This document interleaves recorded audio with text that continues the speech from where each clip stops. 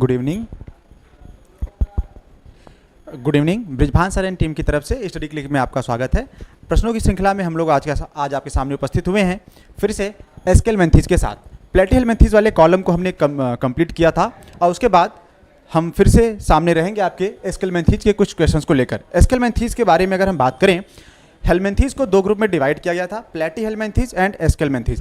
Platyhelminthes जिसको हमने flat worm कहा था, देन एस्केलमेंथेस की बात आती है। एस्केलमेंथेस को हम लोग राउंड वर्म के नाम से जानते हैं, या हम ये कह सकते हैं कि फाइलम एस्केलमेंथेस में जो भी एनिमल रखे गए हैं जनरली वो राउंड वर्म है। राउंड वर्म होने के साथ साथ इनमें जो सिमेट्री देखने को मिलेगी वो बाइलेटरल सिमेट्री होगी। ट्रिप्लोब्लास्टिक एनिमल होंगे, जर्म लेयर जो है तीनों पाई जाएगी इनमें।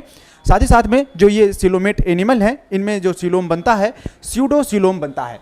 तो स्यूडो सिलोम यानी फाल्स सिलोम कहा जाता है, और फाल्स सिलोम के बेसिस पे बहुत सारे सवाल यहाँ पे जो है बनने वाले हैं। फिलहाल फाइलम एस्केलमेंथेस के कुछ टॉप 25 या 30 क्वेश्चंस को लेकर हम आपके सामने प्रेजेंट हैं। आज पहले प्रश्न के साथ शुरुआत करने जा रहे हैं। पहला क्वेश्चन है यहाँ पे, cyclop is the secondary host of. Cyclops जो है वो सेकेंडरी होस्ट है किस एनिमल का? यहाँ पे कुछ नाम दिए गए हैं जैसे hookworm, pinworm, Guinea worm and round worm. तो सबसे पहले हम इनके कॉमन नेम के बारे में बात करेंगे और उसके बाद बताएंगे कि इनकी जो लाइफ साइकिल होती है वो कैसी है। ज़्यादातर एनिमल या तो मोनोजेनेटिक होते हैं या तो डाइजेनेटिक। मोनोजेनेटिक का मतलब ये होता है कि जिनकी लाइफ साइकिल में पूरे एक ही होस्ट पे डिपेंड रहें वो मोनोजेनेटिक कहे जाएंगे। डाइजेनेटिक का मतलब जिनकी लाइफ साइकिल दो होस्ट पर डिपेंड रहे, प्राइमरी और सेकेंडरी, या हम कह सकते हैं इंटरमीडिएट होस्ट पे, उनको हम डाइजेनेटिक में कंसिडर करेंगे। तो डाइजेनेटिक वाले सेंस में प्राइमरी और सेकेंडरी या डेफिनेटिव होस्ट होते हैं, तो उनके बारे में हम लोग यहाँ पे बात करने वाले हैं। वहीं से ये सवाल पूछा गया है कि जो सेकेंडरी होस्ट हैं उसमें साइक्लॉप्स जो है किसका सेकेंडरी होस्ट होगा। चलिए स्टार्ट करते हैं इसको वापस से। एस्केलमेंथेस की हम लोग यहाँ पे बात कर रहे हैं।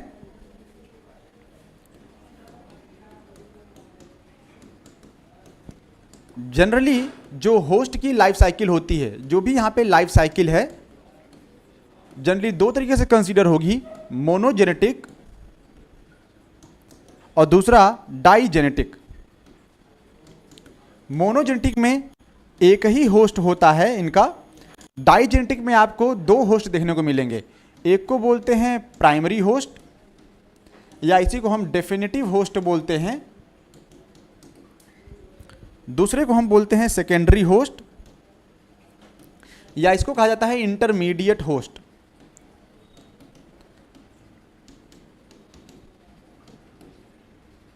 इन्फेक्शन या जो डिजीज होती है वो कॉज होता है प्राइमरी या डेफिनेटिव होस्ट में। लाइफ साइकिल के किसी एक हिस्से को कंप्लीट करने के लिए भाग जाता है ये सेकेंडरी होस्ट में या इंटरमीडिएट होस्ट में। तो यहाँ पे ये दो नाम हैं, मोनोजेनेटिक के टर्म में आएगा और डाइजेनेटिक के टर्म में। फिलहाल यहाँ पे सवाल ये है कि हुकवर्म, पिनवर्म, गिनिया वर्म और राउंड वर्म जो हैं, इन सभी के में से साइक्लॉप्स किसका सेकेंडरी होस्ट बनकर लाइफ साइकिल अपनी परफॉर्म करता है, स्टार्ट करता है। हुकवर्म की बात करें तो हुकवर्म जो है ये एनसाइलोस्टोमा को कहा जाता है। एनसाइलोस्टोमा जिसकी लाइफ साइकिल मोनोजेनेटिक है। जब लाइफ साइकिल मोनोजेनेटिक होगा तो आपको पता होगा कि साइक्लॉप्स इसकी लाइफ साइकिल में तो नहीं मिलेगा। अगर हम पिनवर्म की बात करें तो पिनवर्म क्या है? पिनवर्म जो है एंट्रोबियस को कहा जाता है। एनसाइलोस्टोमा, एंट्रोबियस। एंट्रोबियस की जो लाइफ साइकिल है ये भी मोनोजेनेटिक में कंसिडर होती है, तो आपको यहाँ पे भी देखने को नहीं मिलेगा ये।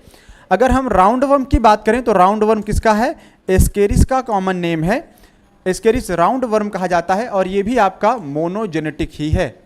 दोनों ही क्या है? मोनोजेनेटिक के सेंस में कंसीडर होंगे। मोनोजेनेटिक वाले टर्म में आपको कभी भी यहाँ पे दूसरा होस्ट या सेकेंडरी होस्ट देखने को नहीं मिलेगा। लेकिन जबकि गिनिया वर्म, जिसको हम ड्रैकनकुलस के नाम से जानते हैं, ड्रैकनकुलस मेडिनेंसिस इसका पूरा नाम है। साथ ही साथ में इसको हम फेयरी सरपेंट भी कहते हैं, फियरी सरपेंट। तो ड्रैकनकुलस मेडिनेंसिस जो कि फियरी सरपेंट के नाम से भी जाना जाता है, और यही वो एनिमल है जो डाइजेनेटिक है। डाइजेनेटिक है इसका मतलब यहां इसकी लाइफ साइकिल में आपको दो होस्ट देखने को मिलेंगे, और वो दोनों होस्ट कौन से होंगे? एक मैन और दूसरा साइक्लॉप्स। तो प्राइमरी होस्ट जो है इसका वो मैन है और सेकेंडरी होस्ट में इसका साइक्लॉप्स कंसीडर होता है। सवाल ये भी हो सकता है कि साइक्लॉप्स क्या है, तो आपकी जानकारी के लिए यहाँ पे बता देंगे कि साइक्लॉप्स जो है एक फ्रेश वाटर में पाया जाने वाला, फ्रेश वाटर में पाया जाने वाला क्रस्टेशिया है। फाइलम आर्थ्रोपोडा से बिलोंग करता है, क्लास इसकी क्रस्टेशिया है और ये इसी ग्रुप का मेंबर है। तो साइक्लॉप्स सेकेंडरी होस्ट है किसमें, इस डिजीज में, hookworm, Guinea worm, Guinea worm सही आंसर होगा, राउंड वर्म भी नहीं है। क्लियर है यहाँ पे। अगले सवाल की तरफ हम लोग मूव करेंगे। Male Ascaris differ from female Ascaris in having. यहां पे पूछा गया कि जो मेल एस्केरिस है फीमेल एस्केरिस से अलग क्यों होता है और किन बेसिस पर अलग है, आपको वो बेस बताने हैं। चलिए स्टार्ट करते हैं वापस से। मेल और फीमेल एस्केरिस का डायग्राम अगर आपको याद हो, जो कि कुछ इस तरीके से देखने को मिल सकता है।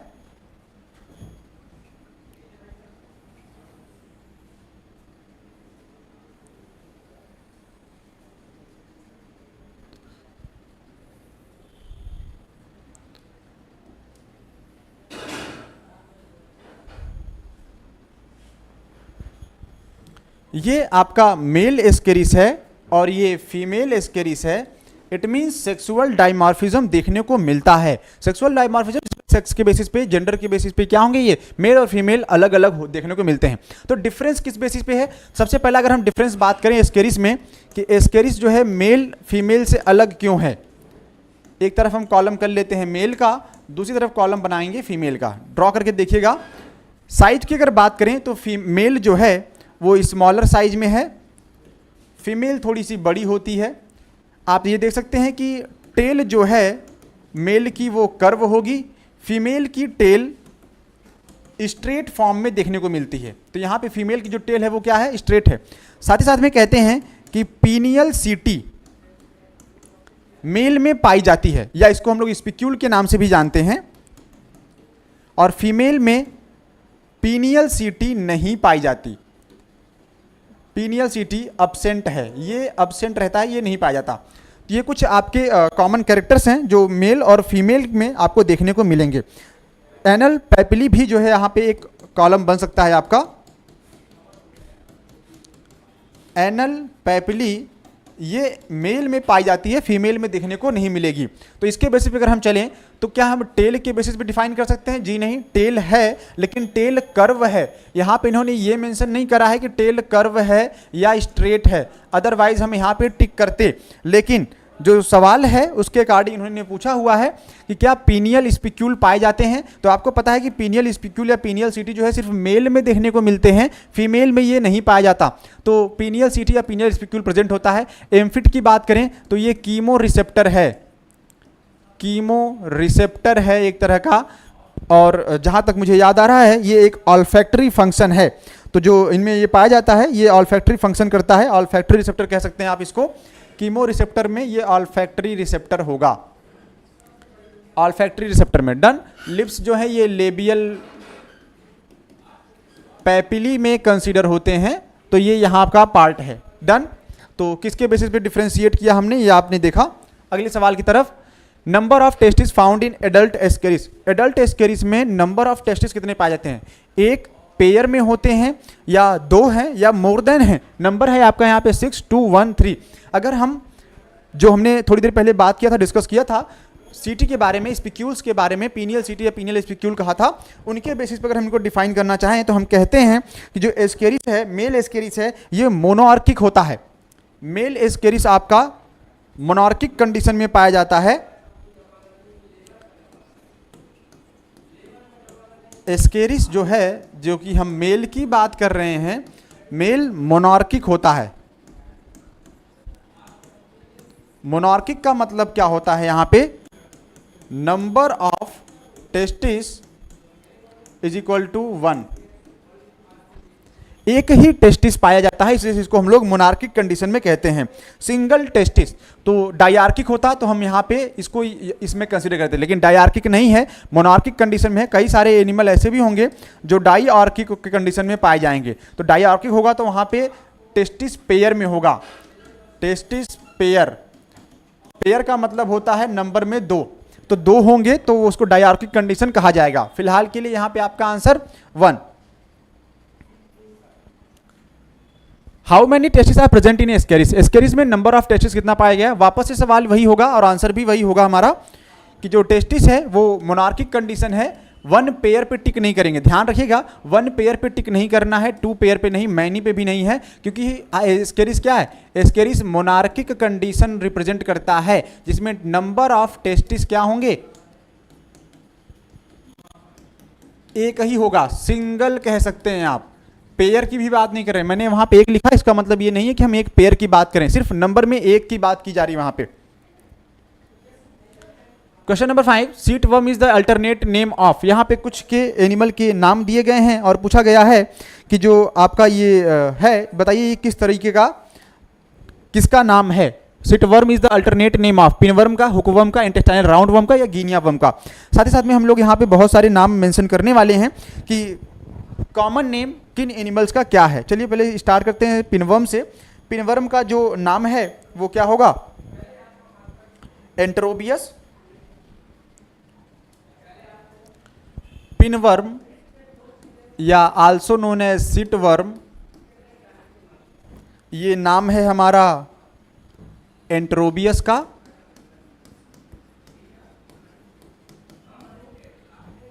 दूसरा नाम है हुकवर्म, जिसको कि हमने थोड़ी देर पहले डिस्कस किया था, एंसाइलोस्टोमा को कहते हैं। इंटेस्टाइनल राउंड वर्म एस्केरिस को कहा जाता है। गिनिया वर्म की अगर हम बात करें जिसका नाम है फेरी सरपेंट, अनदर नेम है। साथ ही साथ में इसको हम लोग क्या बोलते हैं, ड्रैकनकुलस कहते हैं, ड्रैकनकुलस मेडिनेंसिस के नाम से ये जाना जाता है। इनके अलावा अगर हम कुछ और की भी बात कर लें, जैसे ट्रिचिना वर्म किसे कहते हैं,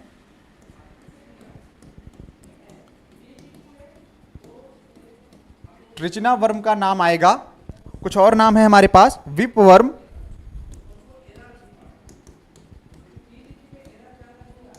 ट्रिचिना worm, whip worm, filarial worm,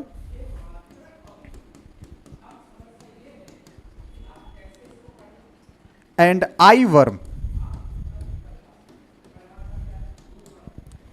ये कुछ नाम हैं, चलिए डिस्कस करते हैं इन नामों को। आई वर्म जो है ये लोआ लोआ को कहा जाता है, लोआ लोआ ये है। फाइलेरियल वर्म वुकेरेरिया बैंक्रोफ्टाई को कहते हैं, वुकेरेरिया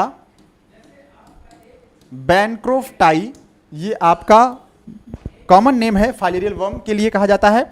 विप वर्म की बात करें अगर, तो विप वर्म को हम लोग ट्राइचुरिस के नाम से जानते हैं, ट्राइचुरिस। और ट्रिचिनेला को हम लोग ट्रिचिना वर्म के नाम से जानते हैं। तो ये कुछ एनिमल और उनके कॉमन नाम। इंपॉर्टेंट स्लाइड आपके लिए, साइंटिफिक नेम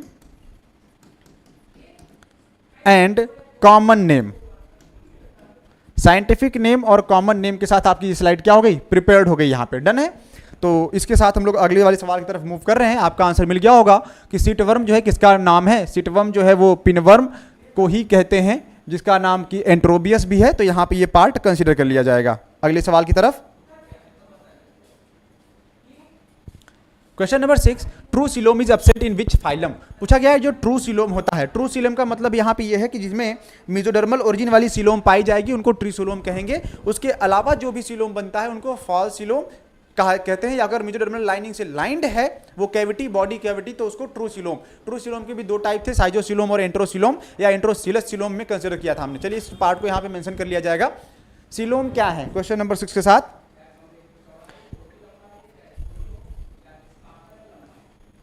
क्वेश्चन नंबर 6 में हमें कंसिडर करना है यहाँ पे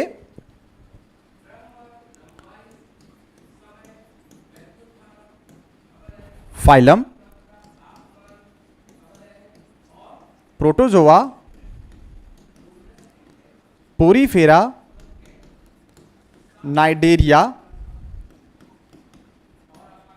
प्लेटीहेलमिन्थीज, एस्केलमेंथीज,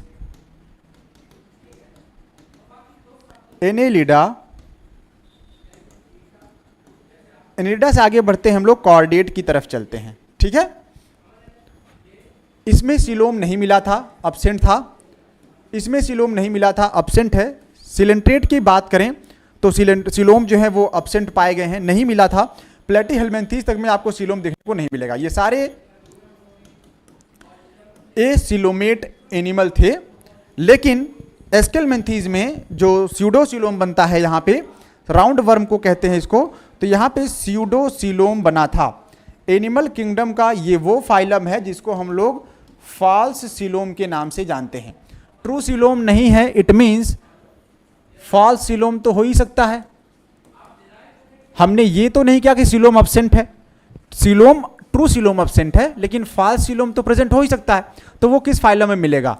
ये निमेटोडा को हम लोग एस्केलमेंथीज के नाम से भी जानते हैं, और यही वो आंसर है। एनिलिडा में आपको सीलोम मिलेगा, सीलोम यहाँ पे पाया जाता है, ये भी सही है। एकाउंटरमेट में सीलोम मिलता है, मोलस्का में सीलोम मिलता है, क्योंकि आपको एनिलिडी से लेके कॉर्डेट तक में क्या है, ये सब के सब सीलोमेट एनिमल हैं। तो इन सभी में सीलोम देखने को मिलेगा जनरली। तो जनरली ये टर्म कंसिडर किया जाएगा कि इन सब में क्या है, सीलोम देखने को मिलता है, इसलिए ये आंसर तो नहीं होगा आपका। Question number 7, body cavity of Ascaris is. पूछ रहे हैं कि जो बॉडी कैविटी है एस्केरिस की वो कैसी होती है, किस तरह की बॉडी कैविटी आपको एस्केरिस में देखने को मिलती है, चलिए बताइएगा। क्वेश्चन नंबर 7 की तरफ, सिलेंट्रॉन जो है आपको कहाँ मिलता है? अगर हम सिलेंट्रॉन की बात कर रहे हैं तो सिलेंट्रॉन जहाँ तक मुझे याद है नाइडेरिया का कैरेक्टरिस्टिक फीचर है, या इसी को हम सिलेंट्रेटा कह सकते हैं। स्यूडोसील की बात करें तो ये निमेटोड में देखने को मिलता है। राउंड वर्म कह सकते हैं। फाइलम वाइज चलेंगे तो हम इनको एस्केलमेंथीज कहेंगे। एंट्रोसील की बात करें तो एंट्रोसील, अगर हम देखिए सीलोमेट या जो ट्रू सीलोम है, ट्रू सीलोम की अगर हम बात करें तो ट्रू सीलोम जो होता है ये आपको देखने को मिलता है इस तरीके से, जैसे साइजोसील, एंट्रोसील एंड हीमोसील। ये आपको मोलस्का में देखने को मिलेगा, ये आपको देखने को मिलता है एकाइनोडर्मेटा में, और हीमोसील देखने को मिलता है आपको फाइलम आर्थ्रोपोडा में। सवाल ये है कि ये आर्थ्रोपोड में जो हीमोसील है, हीमोसील क्यों है? हीमोसील या एंट्रोसील के बारे में आगे डिस्कस करेंगे। फिलहाल बॉडी कैविटी में अगर ब्लड फ्लो हो रहा है, पूरा का पूरा ब्लड जो है उस कैविटी में फ्लो होते हुए जा रहा है, तो ऐसी बॉडी कैविटी जो फिल्ड है ब्लड से, उसको हीमोसील कहते हैं, और ट्रू सीलोम में भी ये कंसिडर होता है। तो यहाँ पे जो डेवलपमेंट होता है ब्लास्टोसील से मेसोडर्मल लाइन का इन्वेजिनेशन के थ्रू होना, फिर स्प्लिटिंग हो जाना। साइजो का मतलब होता है स्प्लिटिंग, जब स्प्लिटिंग से कैविटी बनती है तो उसको साइजोसील कहते हैं, और बाकी दो मेथड से बनेगा तो एंट्रोसील और हीमोसील में कंसिडर किया जाएगा। इसको हम लोग डिस्कस करेंगे डिटेल में आगे। सीडोसीलोम डेवलप फ्रॉम, पूछा जा रहा है सीडोसीलोम जो है डेवलप किससे होता है? क्या सीडोसीलोम, आपको पता है कि जो सीलोम का फॉर्मेशन होता है, सीलोम का जो फॉर्मेशन है, अगर मेसोडर्म लाइनिंग बनी, ध्यान दीजिएगा, अगर मेसोडर्म वाली लाइनिंग पाई गई, प्रेजेंट है, तो डेफिनेटली ये ट्रू सीलोम होगा। ट्रू सीलोम में साइजोसील या एंट्रोसील की बात कर सकते हैं। तो गट की तो यहाँ पे जरूरत ही नहीं है। मेसोडर्म अगर होगा तो ट्रू सीलोम होगा। ब्लास्टोसील या आर्केंटिरान, इन दो में से आप कंफ्यूज हो सकते हैं, दोनों में से कौन सा वाला पार्ट है जिससे बनता है। आर्केंटिरान की अगर हम बात करें तो आर्केंटिरान ये यहाँ पे नहीं देखने को मिलता, आपको मिलेगा ब्लास्टोसील। तो हमने जो लास्ट टाइम पे आया हुआ था आपका एंट्रोसील वाला पार्ट, कि एंट्रोसील क्या होते हैं, हीमोसील तो मैंने डिस्कस कर दिया था आपसे। एंट्रोसील को चलिए यहाँ पे मेंशन कर लेते हैं क्योंकि फिर आ सकता है आगे, ठीक है। एंट्रोसील क्या है? वॉल ऑफ एम्ब्रियोनिक गट, लिखते हुए बात कर लेंगे, wall of embryonic gut as a hollow outgrowth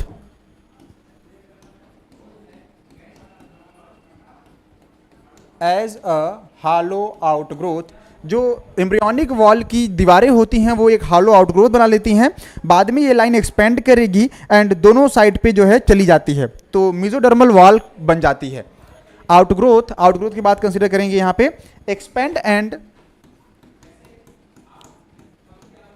expand and line either side of, expand and line either side of या inner side of gut and outer body, gut and outer body by mesoderm. तो mesoderm की lining से line होगा तो वो एंट्रोसिलोम या एंट्रोसिलस coelom कहा जाता है, जो कि ट्रू सिलोम का पार्ट है। ट्रू सिलोम देखने को मिलता है फाइलम एकाइनोडर्मेटा में, आपको ये मिलेगा। अगले सवाल की तरफ, विच of the following is not correctly match, पूछा गया है इसमें से कौन सा करेक्टली मैच नहीं है। अगर आपको कुछ जनरल कैरेक्टर जनरल टर्म्स याद होंगे तो हम लोग इस पार्ट को बड़े ही इजीली तरीके से सॉल्व करेंगे। जैसे पहले टिक करेंगे कि कौन सा सवाल में क्या पूछा गया। इन्होंने यहां पे पूछा हुआ है आपसे not correctly match, correctly match नहीं है। अनसेगमेंटेड स्यूडोसिलोमेट एनिमल न्यूमेटोड कहा गया है। कह रहे हैं कि जो न्यूमेटोड हैं आपके, निमेटोड की आपकी बॉडी, आपने देखा था निमेटोड में जो एनिमल था जो कि मेल और फीमेल के सेंस में था, क्या इसकी बॉडी में आपको सेगमेंटेशन देखने को मिल रहा है कि हेड, थोरैक्स, एब्डोमेन या टेल कहीं दिखने को मिल रही है? Head, thorax, abdomen, tail, tail तो है, टेल तो हम कह रहे हैं, लेकिन हेड थोरैक्स वगैरह नहीं है, तो बॉडी में डिवीजन तो नहीं है। अनसेगमेंटेड है, स्यूडोसिलोम बनता है और निमेटोड कहते हैं। तो हाँ, एस्केरिस में निमेटोड ये बनता है आपका, ये तो ट्रू स्टेटमेंट है। Unsegmented acoelomate animal Platyhelminthes, Platyhelminthes भी अनसेगमेंटेड हैं, सिलोम नहीं बनता है उसमें, और फ्लैट वर्म कहे जाते हैं। तो ये स्टेटमेंट भी आपका सही है। Metameric coelomate animal Annelida, Annelida में, फाइलम एनेलिडा में मेटामेरिक सेगमेंटेशन पाया जाता है। सीक्वेंस वाइज जो सेगमेंट होते हैं, हर एक सेगमेंट में उनको मेटामियर कहते हैं सेगमेंट को, और हर एक सेगमेंट में बॉडी का लगभग हर एक सेगमेंट क्या होता है, आर्गन पाया जाता है। ऐसे सेगमेंटेशन को मेटामेरिक सेगमेंटेशन कहते हैं। और फाइलम एनेलिडा कंसीडर होता है आपका किसमें, सिलोमेट एनिमल में, सिलोम पाया जाता है वहां पे। तो यहां पे तो ये स्टेटमेंट भी सही लग रहा है। मेटामेरिक हीमोसिलोमेट एनिमल मोलस्का, हम मान लेते अगर इन्होंने हीमोसिलोमेट कहा है तो हीमोसिलोमेट आर्थ्रोपोड का कैरेक्टर है। हम यहां पे किसी हद तक ये बात मान लेते, लेकिन ये बात बर्दाश्त के बाहर है, क्योंकि इन्होंने कहा कि जो मोलस्का है, मोलस्का आपका मेटामेरिक सेगमेंटेशन शो करता है, जबकि मेटामेरिक सेगमेंटेशन कैरेक्टरिस्टिक फीचर है आर्थ्रोपोडा का, सॉरी एनेलिडा का। तो ये पार्ट यहां कंसीडर कैसे हो सकता है, ये यहां आएगा ही नहीं। तो मोलस्का वाला सेगमेंट यानी ये वाला करेक्टली मैच नहीं है, मैच नहीं है करेक्टली, इसीलिए यही सही आंसर है। This one is the right answer. बाकी ये सब डिस्कार्ड हो जाएंगे चारों पार्ट आपके।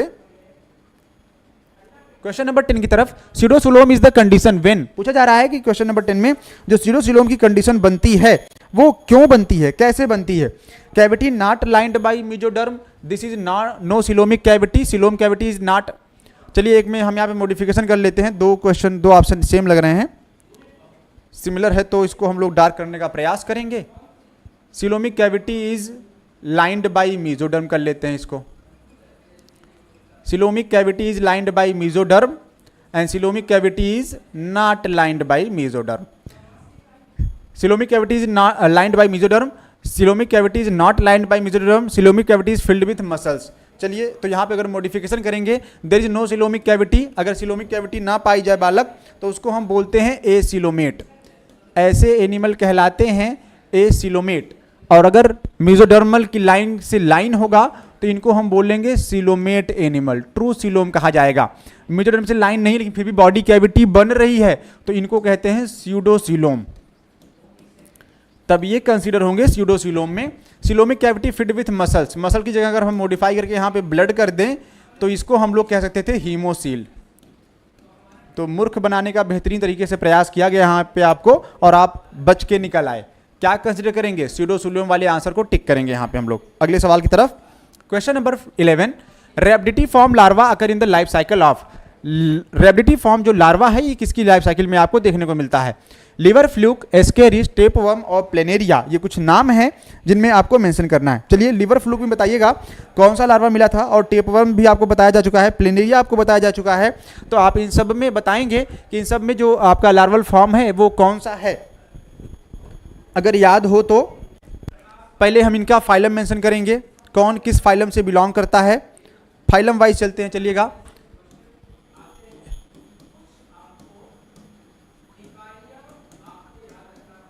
प्लेटीहेल्मिन्थीज का पार्ट है ये आपका एस्केलमेंथीज से रिलेटेड है, तभी तो फाइलम डिफाइन कर पाएंगे। टेप वर्म भी आपका प्लेटीहेल्मिन्थीज का पार्ट है, प्लेनेरिया भी आपका प्लेटीहेल्मिन्थीज का पार्ट है। तो आपको पता है कि जितने भी प्लेटीहेल्मिन्थीज वाले हैं, प्लेटीहेल्मिन्थीज में जो लार्वल फॉर्म था आपका वो है मिरासीडियम, स्पोरोसिस्ट, यहाँ पे आपको फर्स्ट जनरेशन सेकेंड जनरेशन देखने को मिलेगी। इसके बाद आया था आपका रेडिया, रेडिया के बाद cercaria larva, then metacercaria larva. ये वो नाम है, लेकिन प्लेनेरिया की बात करिए तो प्लेनेरिया में प्लेटीहेल्मिन्थीज होने के बावजूद जो डेवलपमेंट है ये डायरेक्ट है। प्लेनेरिया में डायरेक्ट डेवलपमेंट देखने को मिलता है।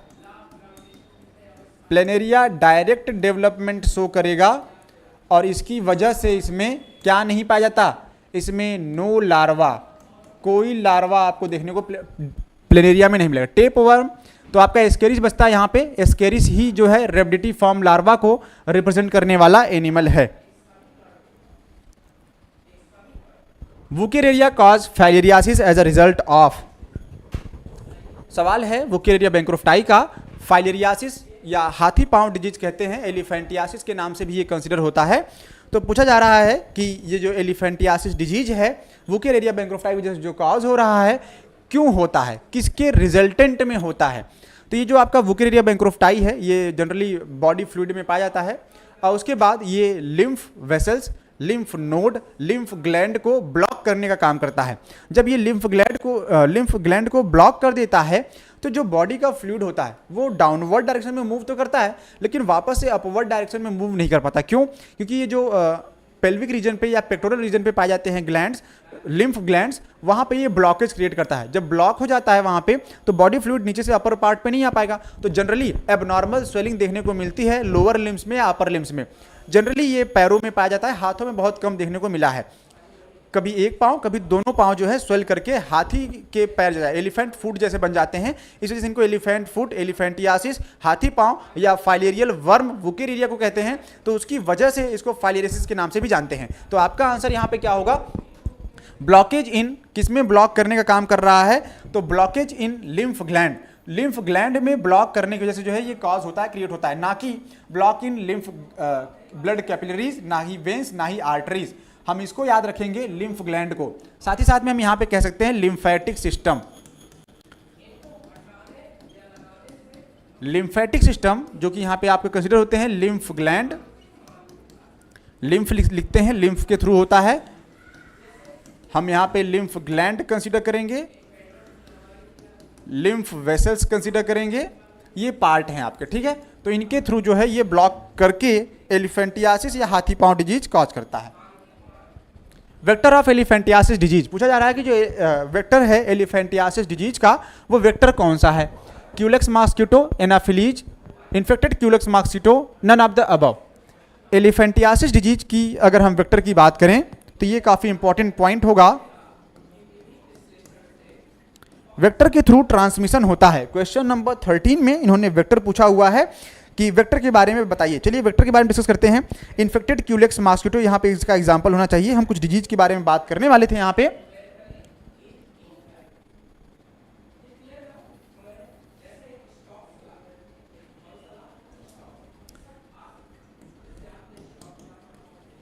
डिजीज एलिफेंटियासिस,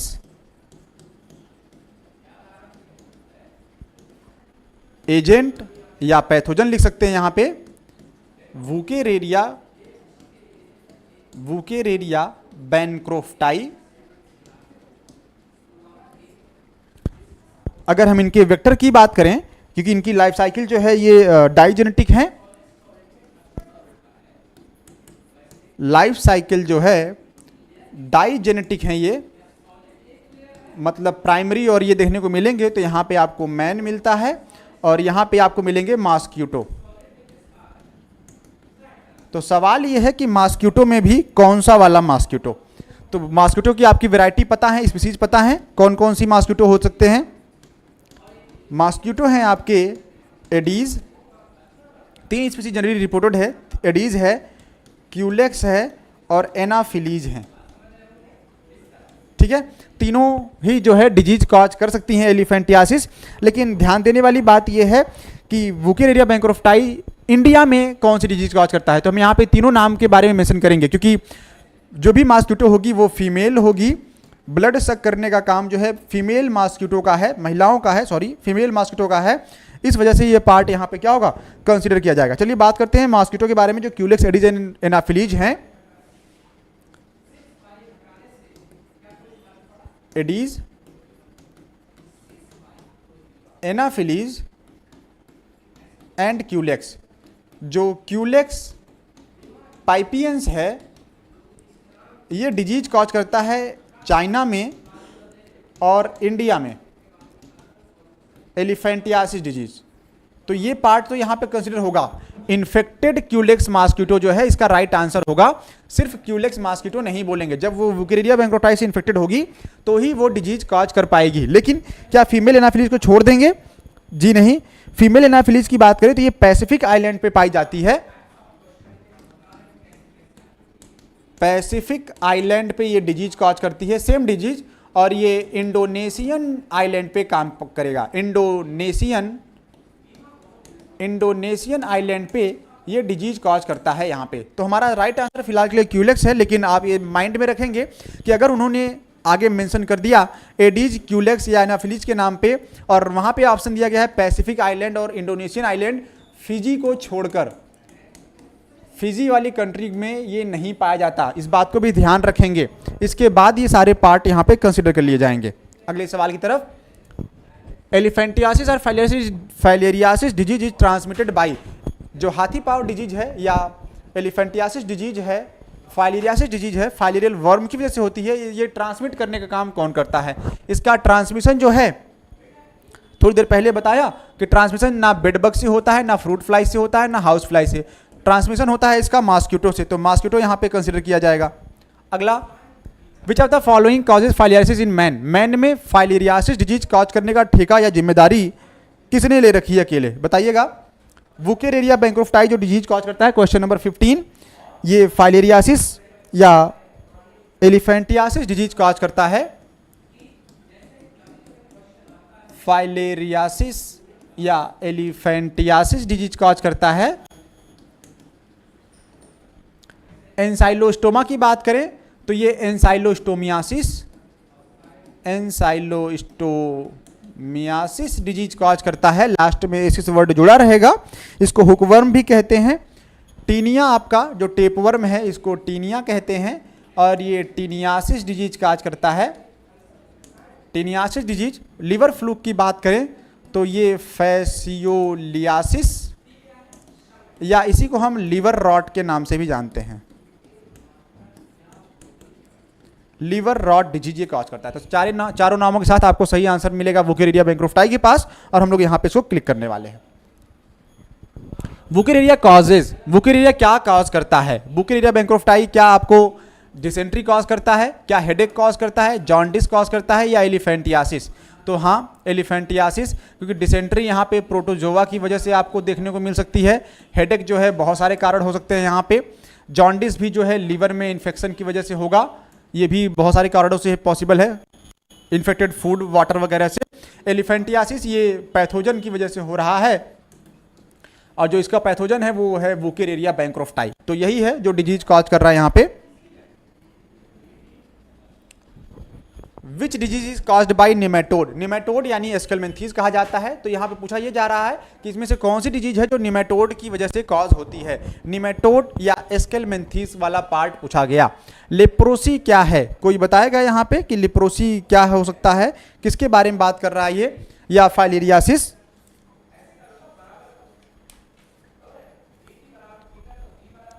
लेप्रोसी को नहीं बताएंगे आप लोग। लेप्रोसी को हैंसेंस डिजीज कहा जाता है। ये कॉज होती है बैक्टीरिया के द्वारा। फाइलेरियासिस निमेटोड कॉज करता है, जो कि एस्केलमेंथीज है। इसका एजेंट है आपका वुकेरिया बैंक्रॉफ्टाई। अमीबियासिस जो है एंट अमीबा कॉज करता है। ये प्रोटोजोआ का पार्ट होगा। पोलियोमाइलिटिस पोलियो वायरस की वजह से होता है। तो सही आंसर क्या होगा? Filariasis. Question number 18, filaria is diagnosed by presence of microfilariae in the human blood, for this the blood sample is taken. तो ब्लड सैंपल कब लिया जाए, कितने बजे के बीच में लिया जाए कि आपको ब्लड में फाइलेरियल वर्म देखने को मिले? सबसे बढ़िया सवाल मेरे ख्याल से यही है अब तक का। अगर आपको लाइफ साइकिल नहीं पता है, पेरियोडिसिटी नहीं पता है कि वो किस समय चक्र के दौरान निकल के बाहर आता है, आपकी बॉडी के अंदर ब्लड में आता है, और कब वो बॉडी के बाहर ना आकर बॉडी के अंदर ही छुपा हुआ रहता है, ब्लड में नहीं आता, ये टाइम ड्यूरेशन जो है आपको जानना होगा। Just after sunrise any time of the day between 4:30 to 6:30 in the night, क्या रात्रि में मिलता है वो इतने समय के बीच में, या फिर वो आपको देखने को मिलेगा बिटवीन 10 PM रात में 10 बजे से लेकर सुबह के 4 बजे के बीच में, या 4:30 से 6:30 के बीच में? मतलब अब आप ये सोच रहे होंगे क्या उसको समय कैसे पता चलता होगा कि इतने बजे निकलना या इतने बजे नहीं निकलना? कितने बजे निकलना है ये पार्ट सर्केडियन रिदम या बायोलॉजिकल क्लॉक का पार्ट है, नॉक्टर्नल है, वो उसे पता है कि कब निकलना है, क्योंकि ये उसका जैसे आपका इंस्टिंक्ट आपको बताता है कि आपको सुबह उठना है। अगर आप मगरमच्छ की तरह सोए रहेंगे फिर भी आप नहीं उठ पाएंगे। सुबह हो गई, सन आपके माथे पे चढ़ा या चिल्ला रहा है भैया उठिए, भैया आप क्या कर रहे हैं, सो रहे हैं। तो इस कंडीशन में आप भले नहीं उठेंगे लेकिन इनको पता होता है। या फिर जनरली अगर आप देखिएगा, अगर आप बहुत थके हुए नहीं हैं तब भी सुबह होते ही सनराइज के साथ आपकी आंखें क्या हो जाएंगी, खुल जाएंगी। तो ये बायोलॉजिकल क्लॉक ही तो है जो आपको बता रहा है रात हो गई, और जब रात होती है आपको नींद आना शुरू हो जाता है। दिन भर आपको नींद नहीं आएगी, रात में नींद आती है। क्यों? बायोलॉजिकल क्लॉक, सर्केडियन रिदम, ये कुछ ऐसे नाम हैं जिनके बारे में डिटेल में आपको पढ़ना होगा या जानना होगा। तो ये उसी का हिस्सा है। चलिए बात करते हैं क्वेश्चन नंबर 18 के साथ। अगर हम बुकेरिडिया बैंक्रोफ्टाई की बात करें तो बुकेरिडिया बैंक्रोफ्टाई जो है डाइजेनेटिक है। डिटेल में लिख लीजिएगा इसके बारे में, हम आपको एक्सप्लेन कर दे रहे हैं, आप सुन लेंगे, मेरे ख्याल से लिखने के लिए जगह कम पड़ जाएगी।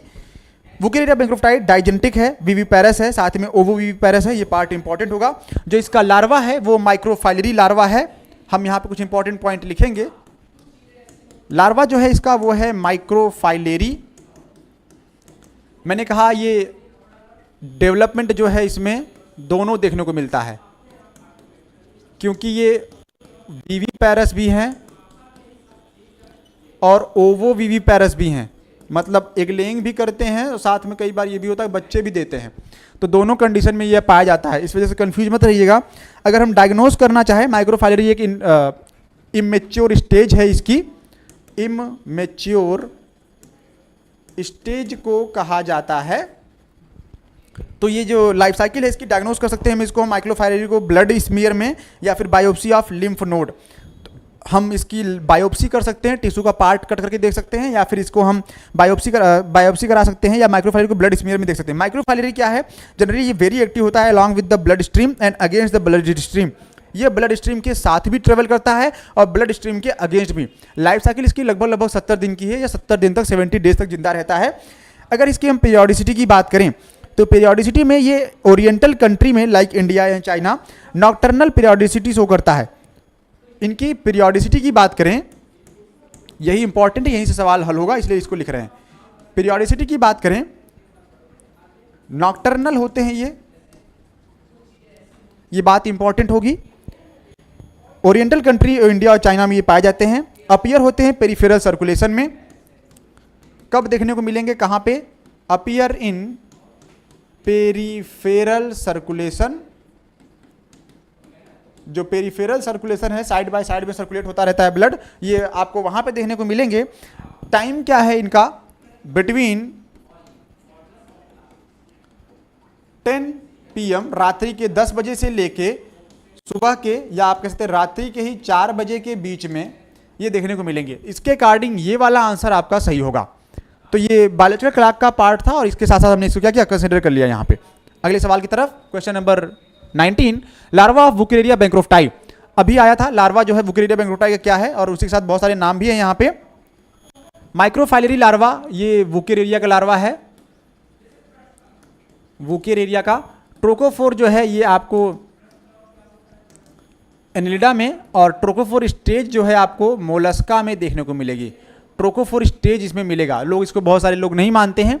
बाइपिनेरिया जो है ये एकाइनोडर्मेटा का लार्वा है।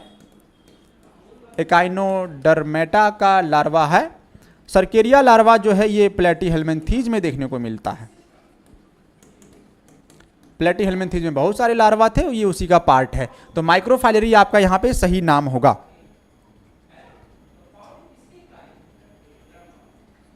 Question number 20, viviparity generally occurs in. Viviparity किसमें देखने को मिलती है? थोड़ी देर पहले ही बताया था, विविपैरस या ओवोविविपैरस होते हैं कौन? वुकेरिया बैंक्रोफ्टाई। ये विविपैरस भी हैं, साथ में ओवोविविपैरस भी हैं।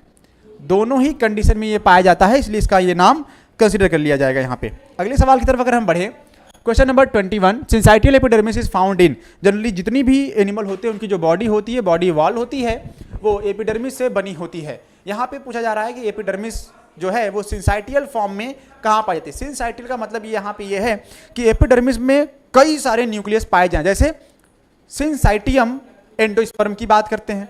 एंडोस्पर्म, नारियल में जो कोकोनट वाटर होता है उसको सिंसाइटियम एंडोस्पर्म कहा जाता है, क्योंकि उसके अंदर बहुत सारे न्यूक्लियस जो हैं पाए जाते हैं।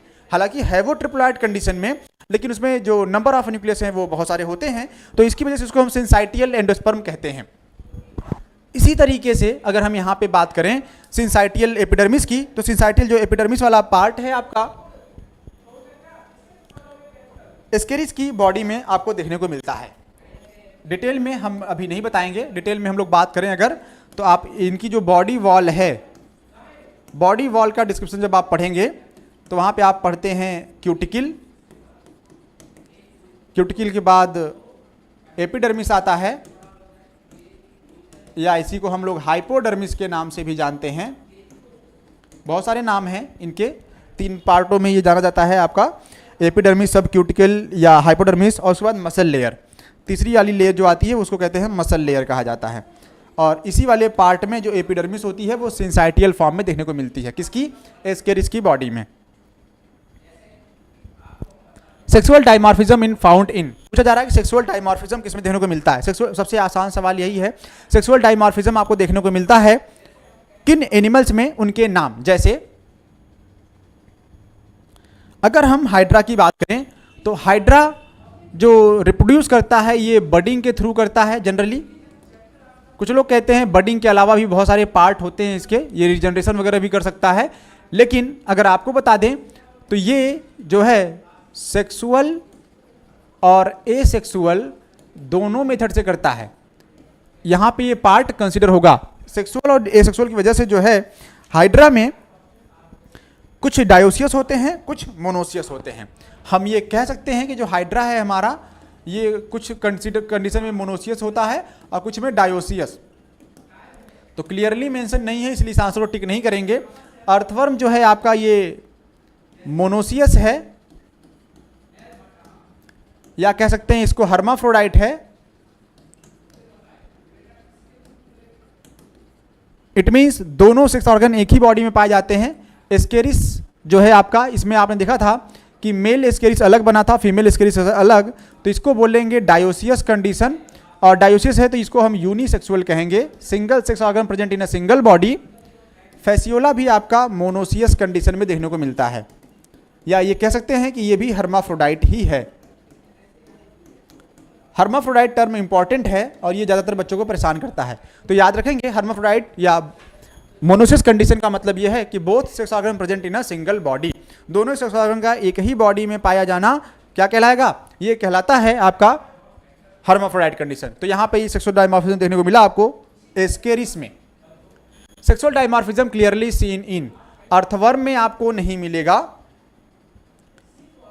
लीच में नहीं मिलता, एस्केरिस में देखने को मिलेगा, टीनिया में नहीं मिलता। इसमें जो 300 से 400 प्रोग्लॉटिड्स होते हैं, इन सारे प्रोग्लॉटिड्स में, हर एक प्रोग्लॉटिड में जो ये सेगमेंट बना था लास्ट टाइम कुछ इस तरीके का,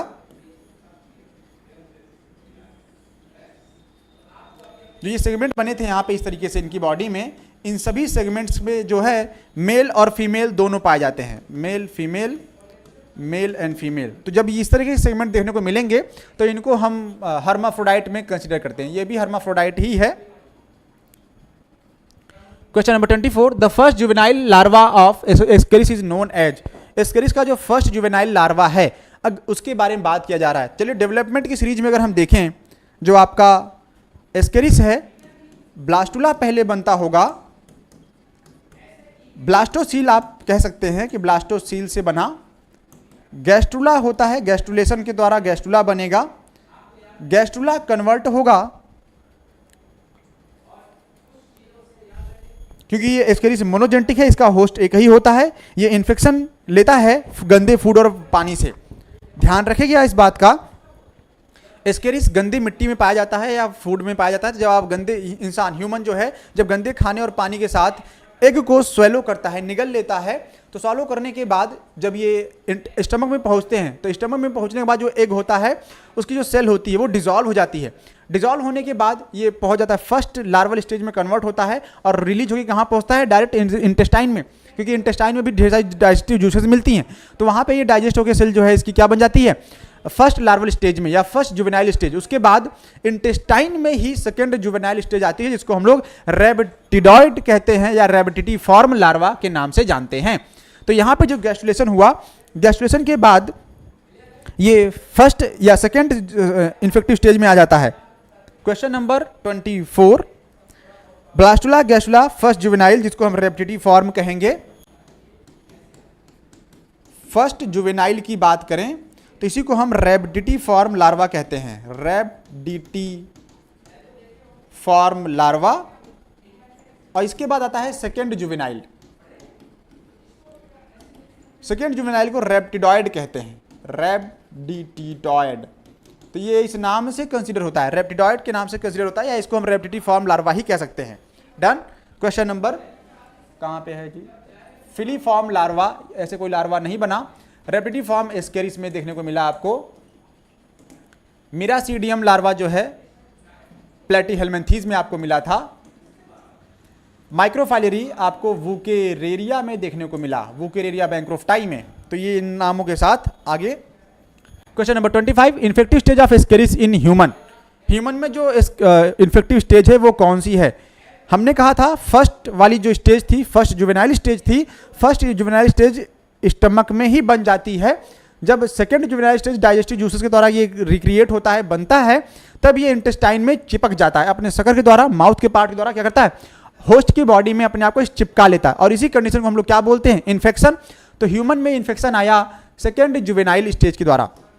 जो सेकेंड जुवेनाइल कंडीशन है यही जो है आपका ह्यूमन में डिजीज कॉज करता है या इन्फेक्शन करता है।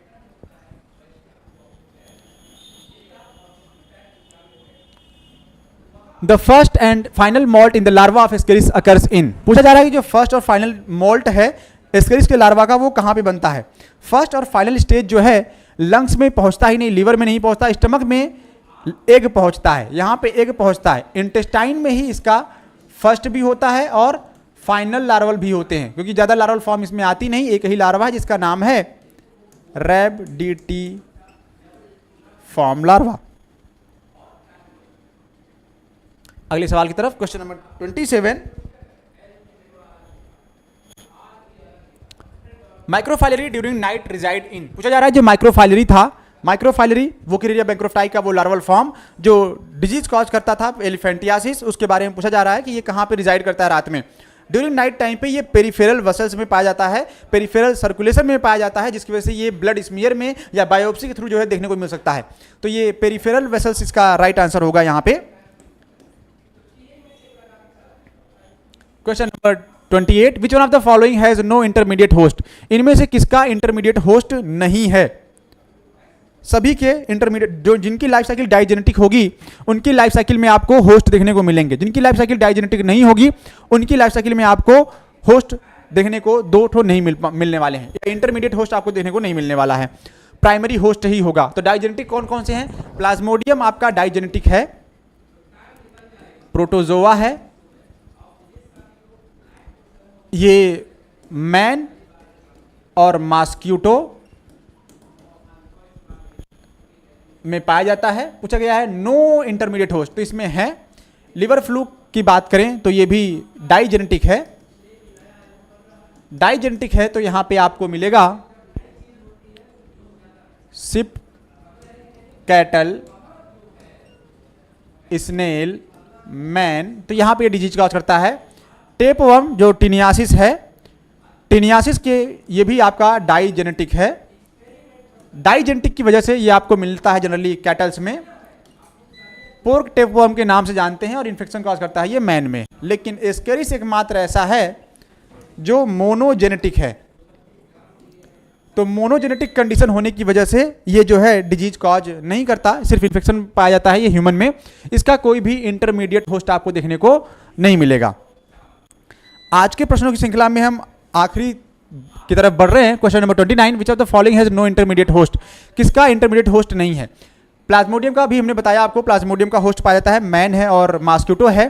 टेपवर्म का भी हमने बताया, इसमें भी पाए जाते हैं। राउंड वर्म जिसको हम एस्केरिस कहते हैं, इसी में कोई भी इंटरमीडिएट होस्ट नहीं है। लिवर फ्लूक जिसको हम फैसियोला के नाम से भी जानते हैं, इसमें भी आपको इंटरमीडिएट होस्ट देखने को मिलेंगे। Which parasite does not require secondary host. इसमें से कौन सा पैरासाइट है जिसको जरूरत नहीं पड़ती सेकेंडरी होस्ट की? फिर से वही सवाल रिपीटेड फॉर्म में है, यहाँ पे मेंशन कर लेंगे। फैसियोला के लिए जिसको लिवर फ्लूक कहते हैं, तो आपका जो होस्ट है वो प्राइमरी मैन है, देन आपको मिल जाएगा सीप या पोर्क, यहाँ पे ये मिलेंगे। टीनिया की बात करिए तो टीनिया में ये आपको मिलता है जनरली कैटल में या पोर्क में, और उसके अलावा मैन में। तो एक होस्ट ये होंगे और एक ये। एस्केरिस की बात करिए, जब इनका लाइफ साइकिल ही मोनोजेनेटिक है, तो मोनोजेनेटिक कंडीशन में इसमें आपको नहीं मिलेगा। प्लाज्मोडियम प्रोटोजोआ है और ये मैन में डिजीज कॉज करता है, मलेरिया डिजीज, लेकिन होती है, ट्रांसमिट होता है ये मॉस्किटो के द्वारा। मॉस्किटो की अगर वैरायटी की बात करिए तो इसको प्रोटोजोआ में डिस्कस किया गया था। एनाफिलीज मॉस्किटो की वजह से ये आपको देखने को मिलता है। टॉप 30 क्वेश्चंस कंसीडर हो गए यहाँ पे। क्वेश्चन नंबर 31 जो कि आपके लिए रखा गया है, इसके बारे में आप बताएंगे कि इसका आंसर क्या होगा। और एक होमवर्क के साथ हम आपको छोड़ेंगे यहाँ पे। Root knot disease is caused by. सवाल है आज का कि जो रूट नॉट डिजीज है, बताइएगा। आंसर आपको कमेंट बॉक्स में मेंशन करना होगा। Root knot disease caused by. जो रूट नॉट डिजीज है वो किसके द्वारा कॉज होती है, ये लास्ट आंसर है आपका। और इसी के साथ जो है इस टॉपिक को हम लोग खत्म करेंगे। आज के लिए इतना ही। Thank you.